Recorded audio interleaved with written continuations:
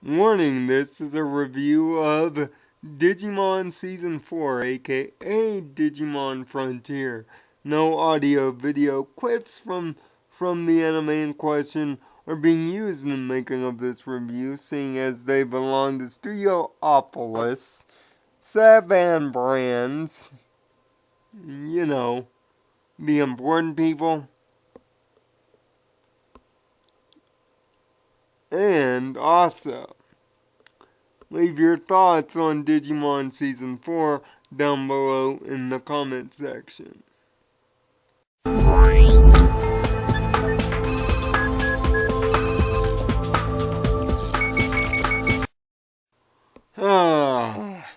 After the success of Digimon Seasons 1 through 3, and trust me, Season 3 is a dark, almost semi-brooding show that at first had a rough start, but then turned into a sprawling, character-driven epic of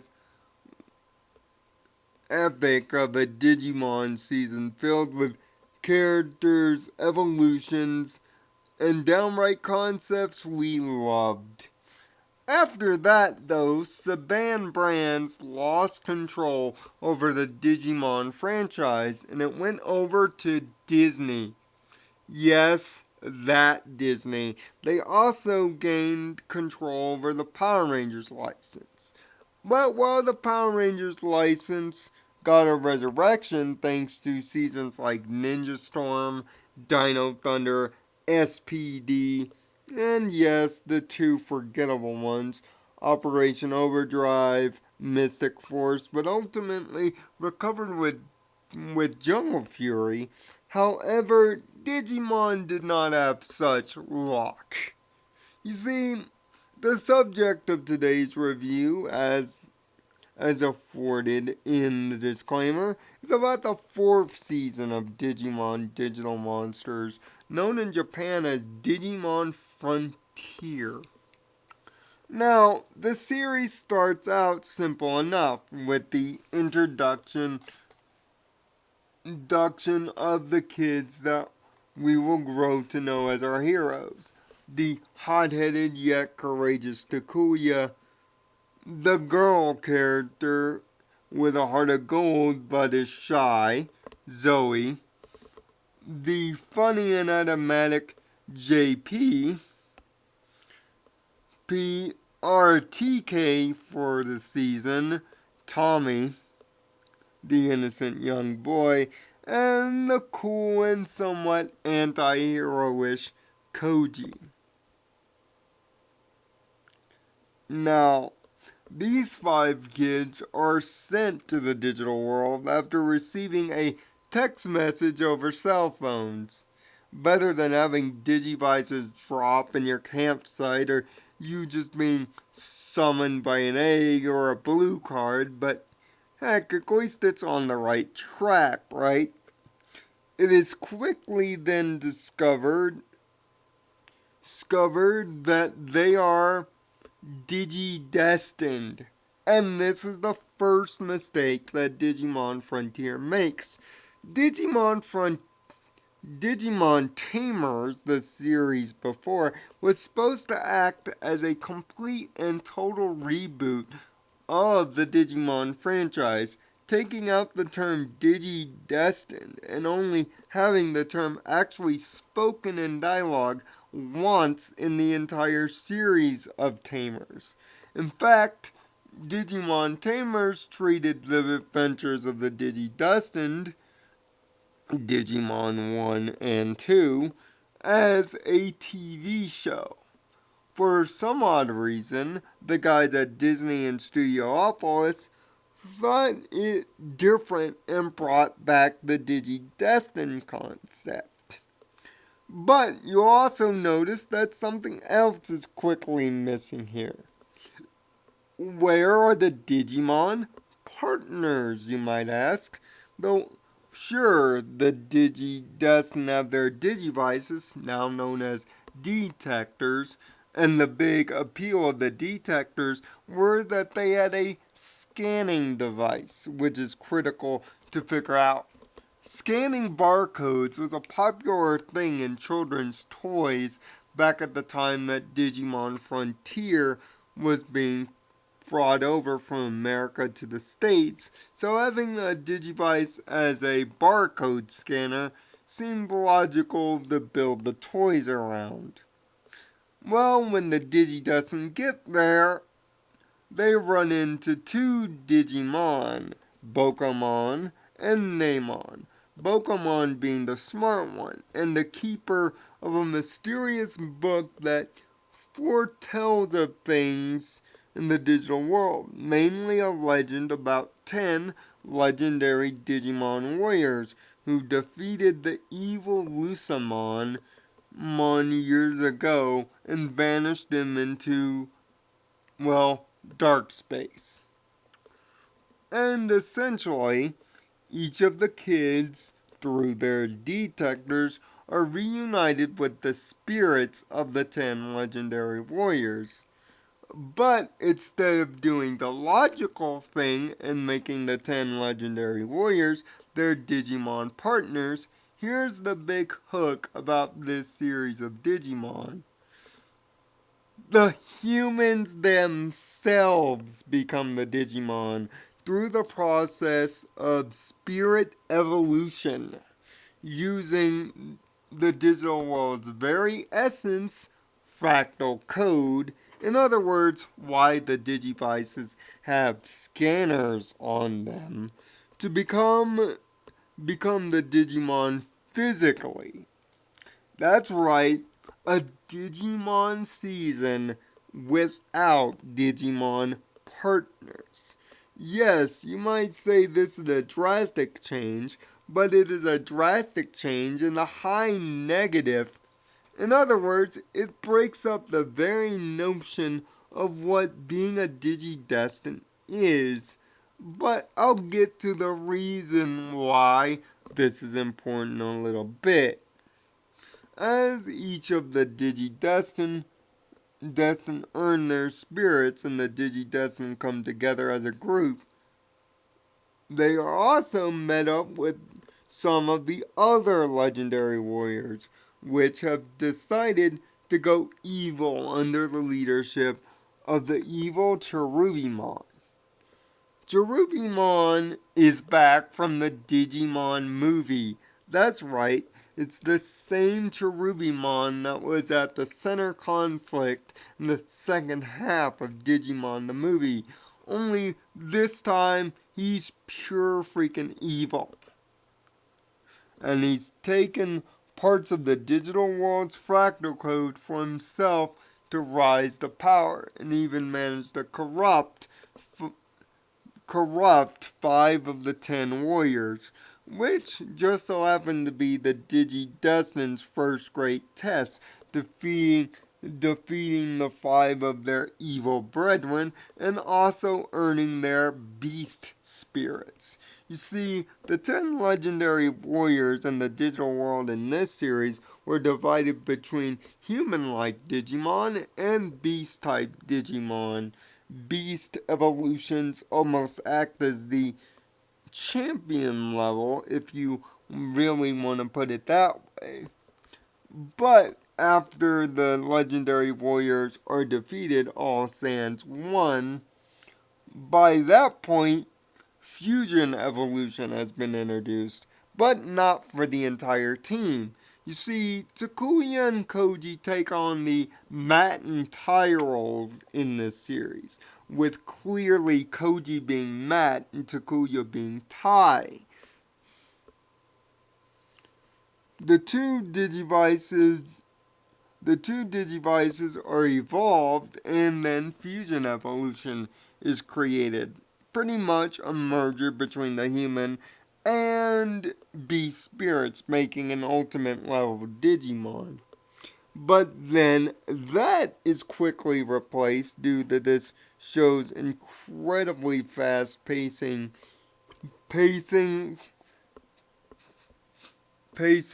with the unified spirit evolution when they ultimately take down Cherubimon for their mega forms. But that's not really the big baddie of this series. It's Lucamon.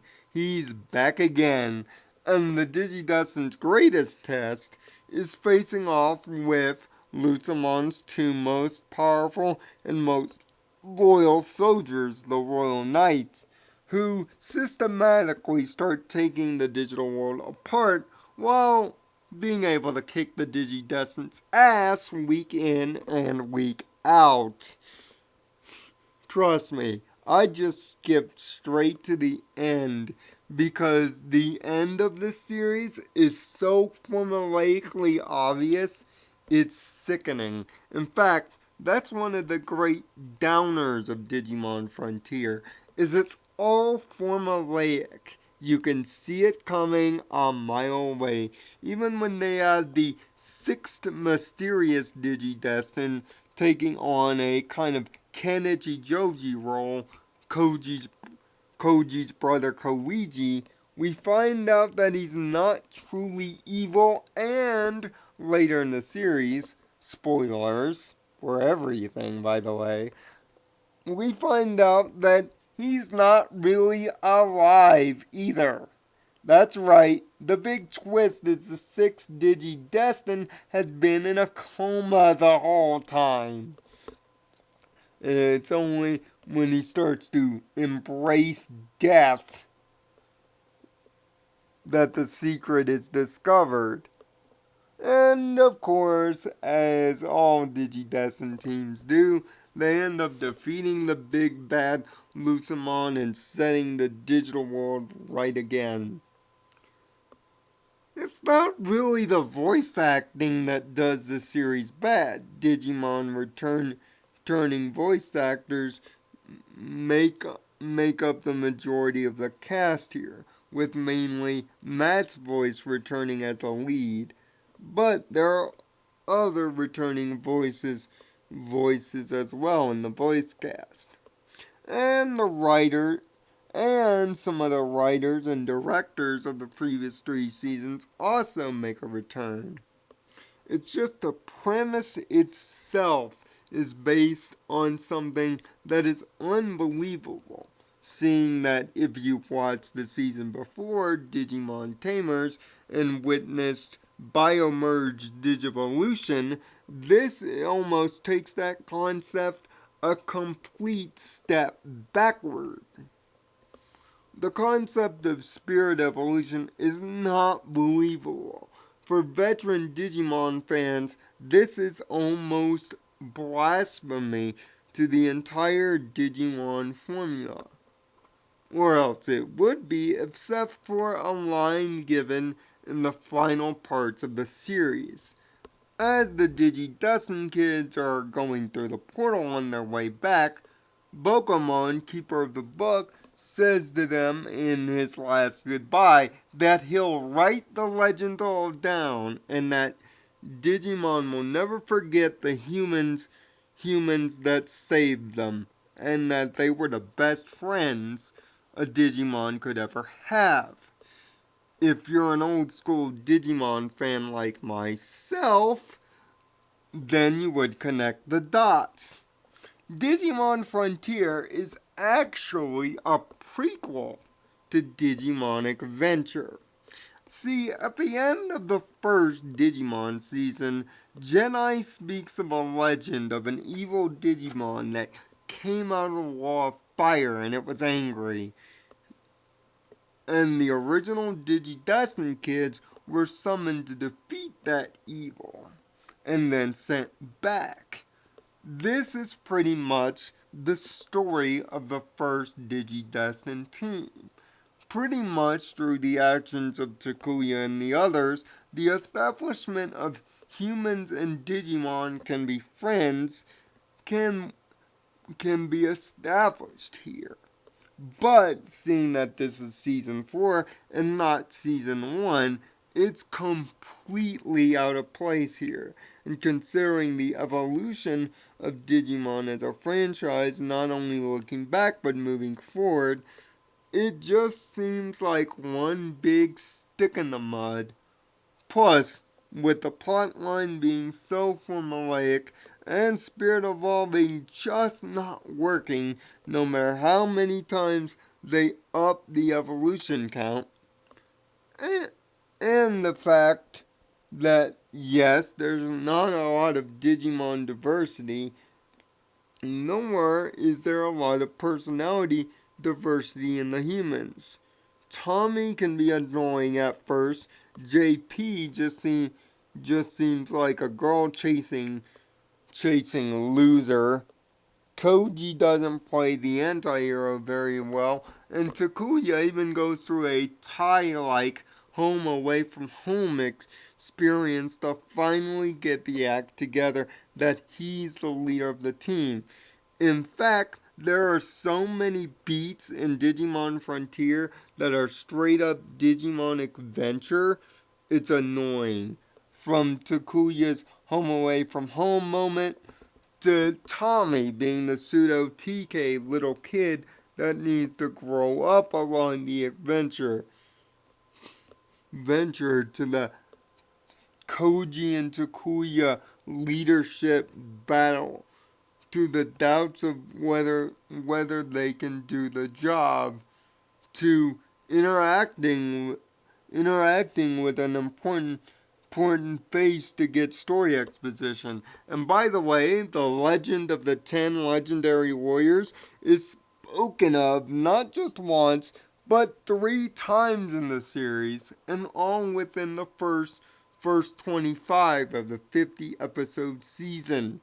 Yes, the legend is drilled in like overkill, and the fact that the legend is even spoken of very quickly almost acts like an entire spoiler of the series itself, knowing that the series is going to go down the exact same track as the legend, only with the humans involved.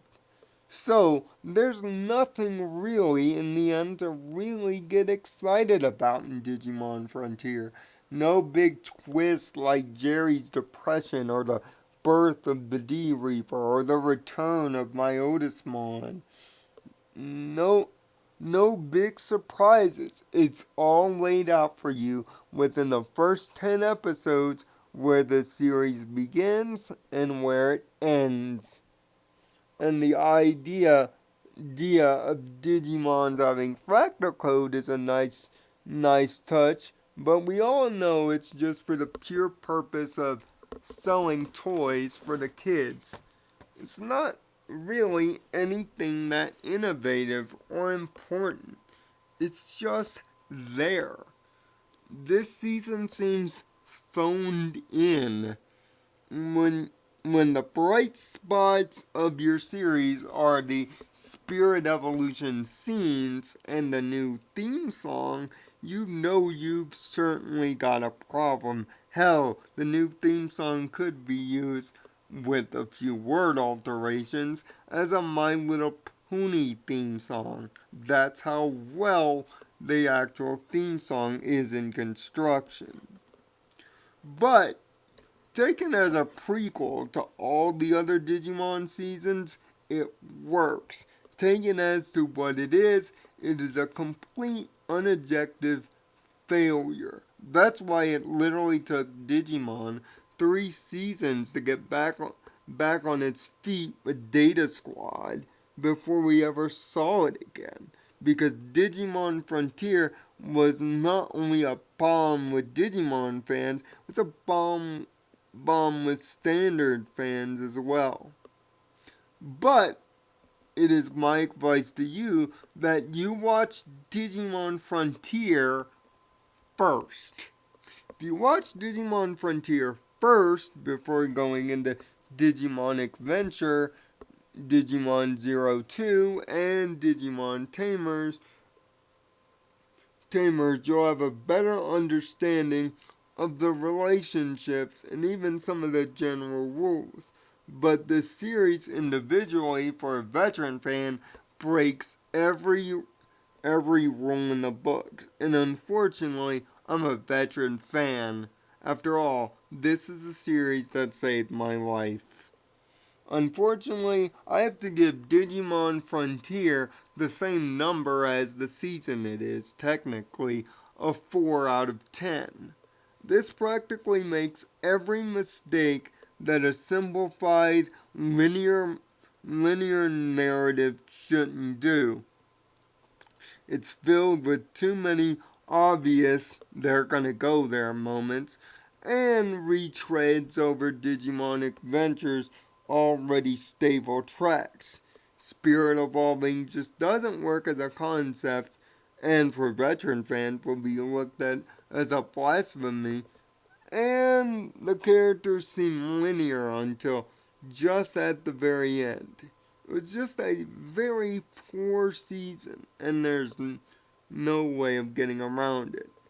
Find peace in your own nirvana, and thanks for watching.